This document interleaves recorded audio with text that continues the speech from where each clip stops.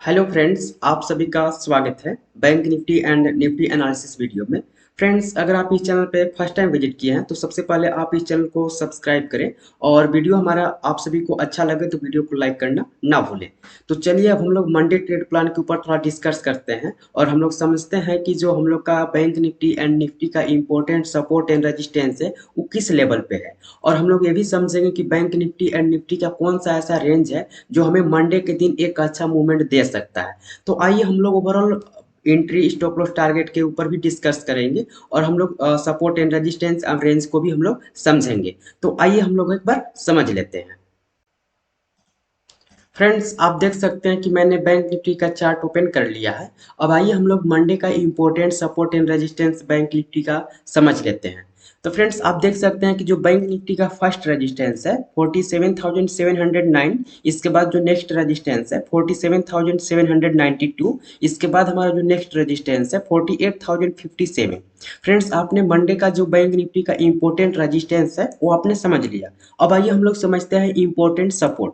तो फ्रेंड्स, आप देख सकते हैं कि बैंक निफ्टी का इंपॉर्टेंट फर्स्ट सपोर्ट है 47,124। इसके बाद जो नेक्स्ट सपोर्ट है 46,863।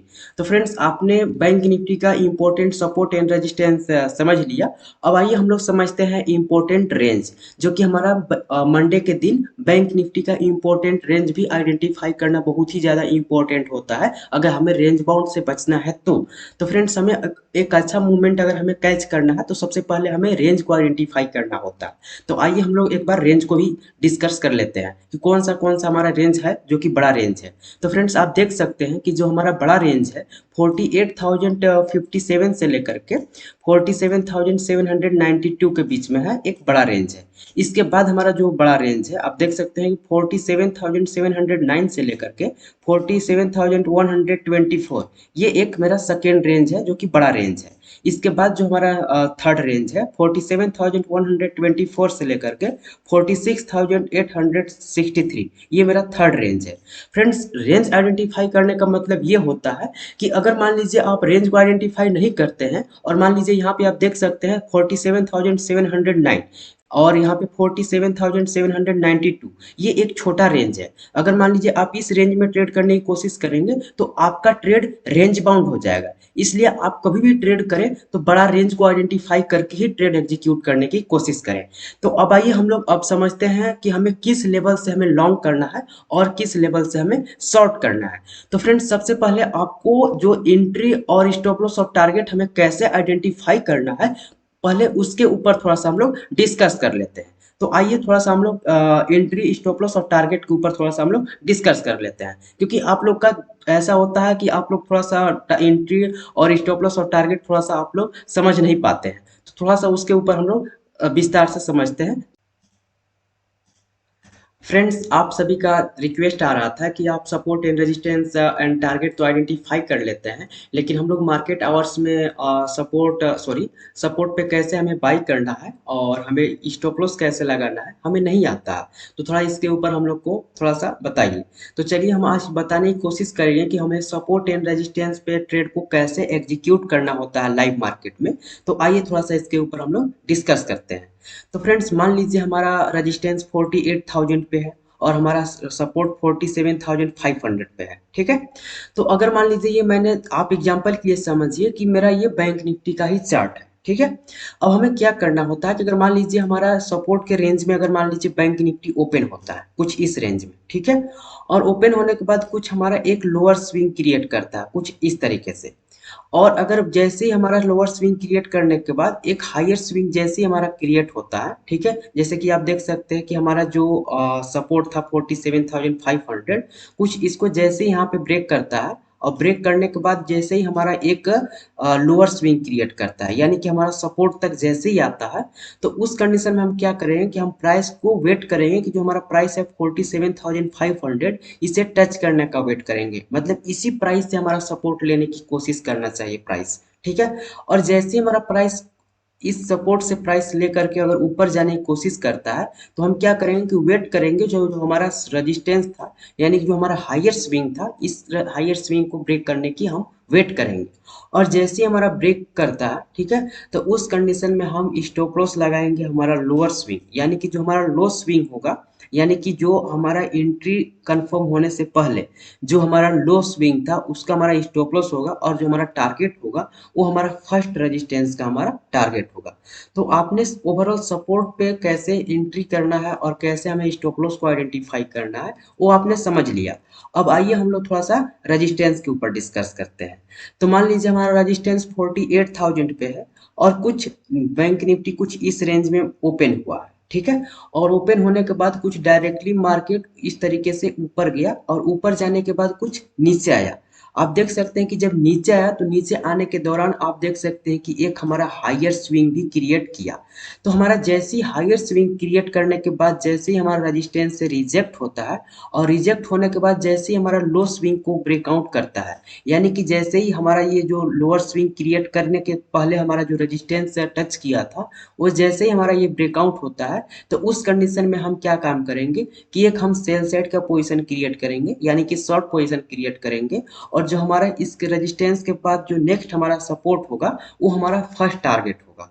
तो फ्रेंड्स आप देख सकते हैं कि आपको इस तरीके से एंट्री करना है, और जो हमारा स्टॉप लॉस होगा, जो हमारा फर्स्ट हायर स्विंग होगा वो मेरा स्टॉप लॉस होगा। तो इस कंडीशन में ये मेरा स्टॉप लॉस बन जाता है, ठीक है।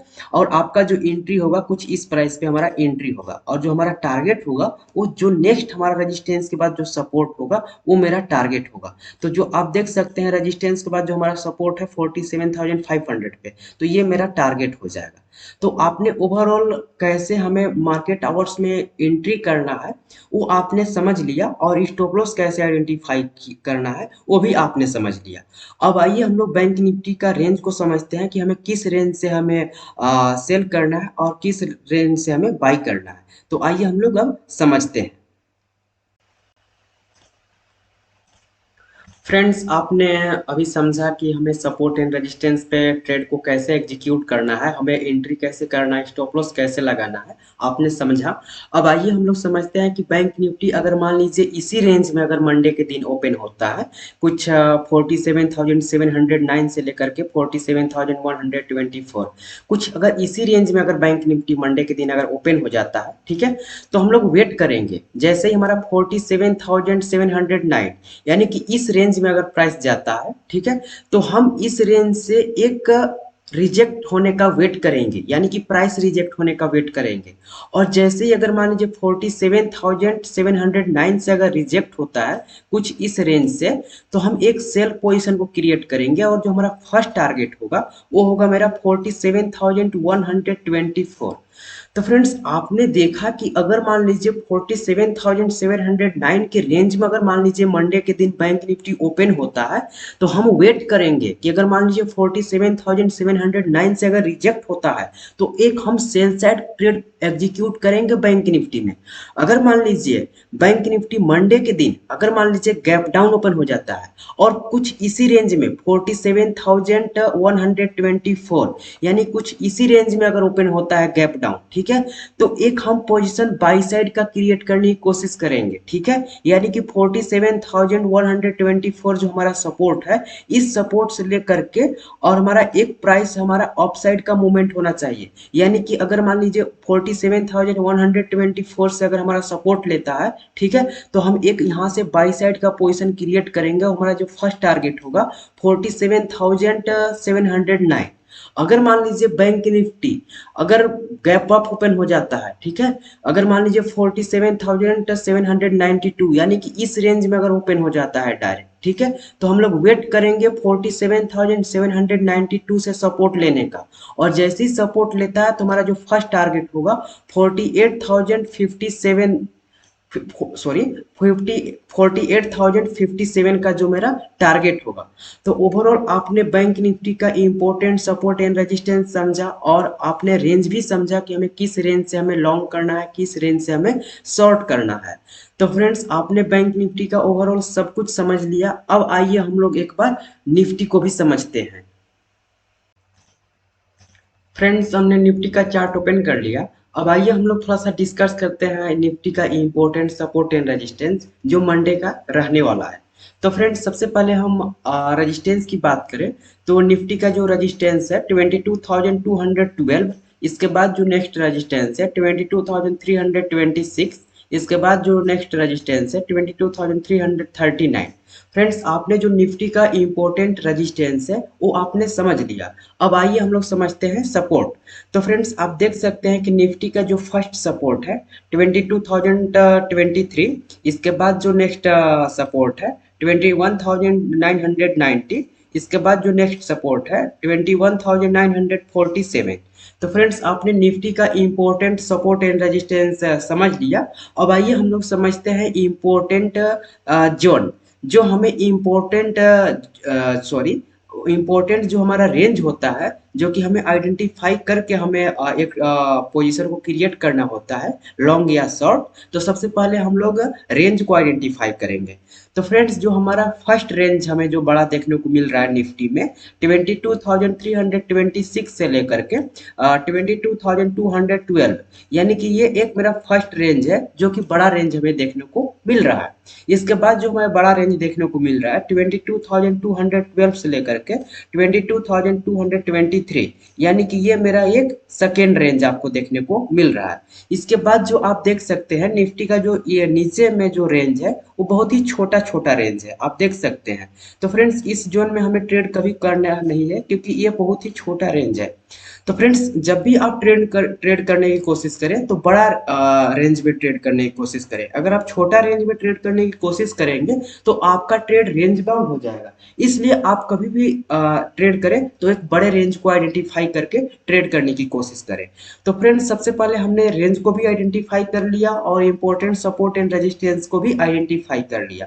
अब आइए हम लोग समझते हैं कि हमें निफ्टी को मंडे के दिन में किस रेंज से हमें लॉन्ग करना है और किस रेंज से हमें शॉर्ट करना है। तो फ्रेंड्स सबसे पहले हम बात करें तो अगर मान लीजिए निफ्टी का कुछ क्लोजिंग 22,149 के रेंज में क्लोजिंग हुआ है। तो कुछ अगर मान लीजिए इसी रेंज में यानी कि 22,212 से लेकर के 22,023 कुछ इसी रेंज में अगर मान लीजिए निफ्टी ओपन होता है, ठीक है, तो हम एक सेल साइड पोजीशन को क्रिएट करेंगे और जो हमारा टारगेट होगा 22,023 का होगा, ठीक है। यानी कि अगर मान लीजिए 22,212 से अगर मान लीजिए रिजेक्ट होता है, ठीक है, तो हम एक सेल साइड का पोजीशन क्रिएट करेंगे और जो हमारा फर्स्ट टारगेट होगा 22,023 का मेरा टारगेट होगा। तो फ्रेंड्स आपने देखा कि अगर निफ्टी 22,212 से अगर रिजेक्ट हो जाता है तो मेरा जो फर्स्ट टारगेट होगा 22,023 का मेरा टारगेट होगा। तो फ्रेंड्स अगर मान लीजिए निफ्टी कुछ इसी रेंज में यानी कि अगर 22,023 के अगर सपोर्ट के रेंज में ही अगर ओपन हो जाता है गैप डाउन, ठीक है, तो गैप डाउन होता है तो हम सपोर्ट का वेट करेंगे। यानी कि 22,023 में अगर मान लीजिए हमारा सपोर्ट लेकर के प्राइस ऊपर जाने की अगर कोशिश करता है तो एक अपसाइड का पोजीशन हम क्रिएट करेंगे यानी कि बाई साइड का पोजीशन क्रिएट करेंगे और जो हमारा फर्स्ट टारगेट होगा 22,212 का मेरा टारगेट होगा। अगर मान लीजिए जो मेरा फर्स्ट रेंज था यानी कि 22,212 से लेकर के 22,326 ये मेरा रेंज था फर्स्ट, ठीक है। अगर मान लीजिए निफ्टी मंडे के दिन अगर मान लीजिए इसके ऊपर ओपन हो जाता है 22,212 के ऊपर अगर गैप अप ओपन हो जाता है, ठीक है, तो इस कंडीशन में एक हम बाई साइड का पोजीशन क्रिएट करेंगे, ठीक है। और जो हमारा फर्स्ट टारगेट होगा 22,326 का यानी कि मेरा फर्स्ट टारगेट होगा 22,326 का मेरा टारगेट होगा। अगर मान लीजिए 22,326 से अगर मान लीजिए रिजेक्ट होता है, ठीक है, प्राइस, तो हम एक सेल साइड का पोजीशन क्रिएट करेंगे और जो मेरा फर्स्ट टारगेट होगा 22,212। तो फ्रेंड्स आपने इम्पोर्टेंट एंट्री और एग्जिट कैसे हमें करना है वो आपने समझ लिया है, ठीक है। तो आपको अब क्या करना है कि बस वेट करना है कंफर्मेशन का। अगर रेजिस्टेंस से रिजेक्ट होता है तो हमें सेल करना है, अगर सपोर्ट से हमें सपोर्ट कंफर्म होता है तो हम एक बाई पोजीशन को क्रिएट करेंगे और जो हमारा टारगेट होगा सपोर्ट के बाद जो नेक्स्ट रेजिस्टेंस होगा वो मेरा टारगेट होगा। तो ओवरऑल आपने निफ्टी का इम्पोर्टेंट सपोर्ट एंड रेजिस्टेंस समझ लिया, और आपने ये भी समझा कि हमें किस रेंज से हमें एक अच्छा मूवमेंट देखने को मिल सकता है, वो भी आपने ओवरऑल समझ लिया। तो ओवरऑल मैं बात करूं तो मेरा ये निफ्टी का जो इम्पोर्टेंट रेंज है, कुछ यही दो रेंज है, 22,326, इसके बाद जो 22,212 से लेकर के 22,023। मंडे का दिन जो निफ्टी का रेंज है, कुछ इसी दो रेंज में हमें ट्रेड करना है। अगर हमें इस रेंज से अगर नीचे हमें देखने को प्राइस मिलता है, तो इस रेंज में हम ट्रेड करने की कोशिश नहीं करेंगे, क्योंकि बहुत ही छोटा छोटा रेंज है। ठीक है फ्रेंड्स, तो ओवरऑल आपने इंपॉर्टेंट सपोर्ट एंड रेजिस्टेंस और रेंज भी आपने समझ लिया। अब आइए हम लोग एक मिलते हैं एक और नए वीडियो में, तब तक के लिए धन्यवाद।